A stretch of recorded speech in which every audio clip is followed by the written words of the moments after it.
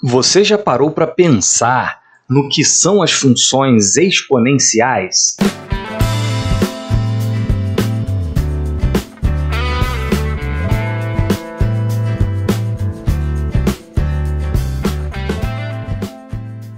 Olá, eu sou Thiago Reis, professor de matemática, e neste IMF definiremos as funções exponenciais. Uma função f é chamada de função exponencial se e somente se o domínio de f é todo o conjunto dos números reais e o contradomínio é também todo o conjunto dos números reais, e f de x é igual a a elevado a x para todo x real, com a sendo um número real positivo e diferente de 1. A constante a é chamada de base da função exponencial. Bem, provavelmente você já conhece essa definição, mas vamos fazer algumas observações sobre ela. A primeira é que o domínio de uma função exponencial é todo o conjunto dos números reais. Isto é muito instrutivo. Dado um número real a positivo e diferente de 1, pode-se fazer a elevado a qualquer número real. No IMF 31, definimos a elevado a qualquer número natural. No IMF 36, definimos a elevado a zero e a elevado a qualquer inteiro negativo, o que completa a definição de potências de expoentes inteiros. No IMF 46, definimos a elevado a qualquer número racional, incluindo os não inteiros. E por fim, no IMF 50, definimos a elevado a qualquer número real, incluindo os irracionais. Desta forma, a definição das funções exponenciais não é só no presente vídeo, mas na junção deste com todos os citados. É possível definir também potenciação para expoentes complexos não reais, mas esse é papo para um novo vídeo. Outra observação é que a base das funções exponenciais tem que ser sempre um número positivo.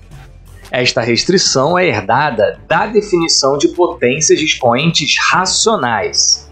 Para alguns expoentes racionais, não existe nos reais a potência com base negativa. Por exemplo, para x igual a 1 sobre 2, não existe imagem para o x, no caso f de x igual a menos 3 elevado a x, pois f de 1 sobre 2 teria que ser menos 3 elevado a 1 sobre 2, que seria a raiz quadrada de menos 3. Mas não existe raiz quadrada de número negativo no conjunto dos números reais. Falamos mais sobre isso no IMF 46. Dê uma conferida lá. Ou seja, se fosse permitida a base negativa nas funções exponenciais, então 1 sobre 2 não faria parte do seu domínio. São duas opções. Ou permitimos base negativa e, para isso, o domínio da função exponencial fica restrito aos números inteiros, ou restringimos a base aos positivos e aí podemos ter todos os números reais no domínio da função. A segunda opção se mostra muito mais útil. A terceira observação é que a base tem que ser diferente de 1. Dessemelhantemente à anterior, esta restrição não diz respeito à impossibilidade de se calcular as potências. É perfeitamente possível calcular-se 1 elevado a x para qualquer x real. O problema aqui é que 1 elevado a x é igual a 1 para todo x. Então, quando a base da potência é 1, a função se torna uma função constante. Funções constantes são bem definidas. Esse não é o problema. A questão é que as funções constantes não se assemelham em nada com as funções de base diferente de 1. Prefere-se chamar de funções exponenciais as funções que resultam de uma operação de exponenciação, mas que não são constantes. Por isso, a exigência de a base ser diferente de 1.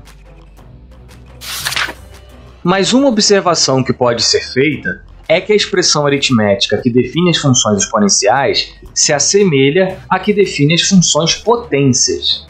No entanto, são dois tipos completamente diferentes de funções. No caso das funções potências, o expoente é constante e a base é variável. É uma operação de potenciação, mas os valores no domínio da função assumem o papel da base. Já no caso das funções exponenciais, a base é constante e o expoente é variável. Também é uma operação de potenciação, mas agora os valores do domínio da função assumem o papel do expoente. Isso faz com que funções potências e funções exponenciais tenham características completamente diferentes. Nos próximos INMEFs, vamos falar das principais propriedades das funções exponenciais, que mostrarão algumas de suas características peculiares. Uma das características mais importantes das funções exponenciais é que cada uma delas é proporcional à sua própria taxa de variação. Isto é, a razão entre sua taxa de crescimento e o valor dela própria é constante, independentemente do ponto onde é calculada. Demonstraremos isso em outro vídeo. Por essa característica, as funções exponenciais são utilizadas para modelar diversos processos e fenômenos, como, por exemplo, crescimento populacional, seja de civilizações humanas, seja de micro-organismos. Modela a taxa de contágio através de um vírus, modela o decaimento radioativo de elementos químicos, como, por exemplo, o do carbono 14, utilizados na datação de fósseis, modela movimentos harmônicos, como de um pêndulo ou um sistema de amortecimento, modela a transferência de calor entre objetos, dentre outras várias aplicações. Quer saber mais especificamente sobre as aplicações das funções exponenciais? Se você quiser, podemos fazer um INMEF sobre este assunto. Outra característica importante, totalmente relacionada à anterior, é que as funções exponenciais satisfazem a propriedade de transformar somas em produtos. Elas são as únicas funções contínuas ou monótonas que possuem esta propriedade, as únicas. Inclusive, fugindo um pouquinho do assunto do vídeo, as funções que satisfazem esta propriedade e não são contínuas são funções bem estranhas, muito estranhas. O gráfico delas tem o comportamento de estar densamente distribuído por todo o semiplano cartesiano que fica acima do eixo horizontal. O que significa que qualquer disco que você desenhe no semiplano, por menor que seja, e seja em que localização for, este disco conterá algum ponto do gráfico da função. Não só um, infinitos na verdade. Loucura, né? Isso significa que, para uma função que satisfaz f de x mais y igual a f de x vezes f de y, mas não é uma função exponencial, se fôssemos marcando com uma caneta todos os pontos de seu gráfico, então veríamos o semiplano todo preenchido.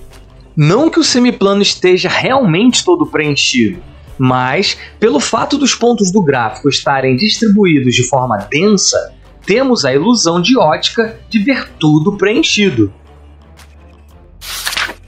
Voltando às funções exponenciais, uma curiosidade é que elas são funções transcendentes. O que é isso? Isso significa que, além delas não serem nenhum polinômio, elas não podem ser obtidas através de operações aritméticas com polinômios. Você pode pegar quantos e quais polinômios você quiser. Pode fazer quantas e quais operações aritméticas entre eles você quiser, que você nunca obterá uma função exponencial. Isso significa que não é possível obter uma função exponencial de x apenas com operações aritméticas na variável x. As funções transcendentes fazem para as funções um papel análogo ao que os números transcendentes fazem para os números. Já fizemos um vídeo sobre estes números. Dê uma olhada no IMF30. O legal é que as funções exponenciais podem ser escritas na forma de séries de potências. Por exemplo, a função exponencial cuja base é o número de Euler pode ser escrita como 1 mais 1 sobre 1 fatorial vezes x elevado a 1, mais 1 sobre 2 fatorial vezes x elevado a 2, mais 1 sobre 3 fatorial vezes x elevado a 3, mais e assim por diante, para todo x real. Isso até parece um polinômio infinito. Seria um infinitonômio? Falei e saí correndo. Via séries de potências é mais uma forma de se definir funções exponenciais. Aqui nós fizemos via sequências numéricas. Mas existem outras formas além dessas duas. Também é possível fazer via integral, via sequências de funções, mas esse é papo para outros vídeos. Nos próximos InMaths, veremos as propriedades das funções exponenciais.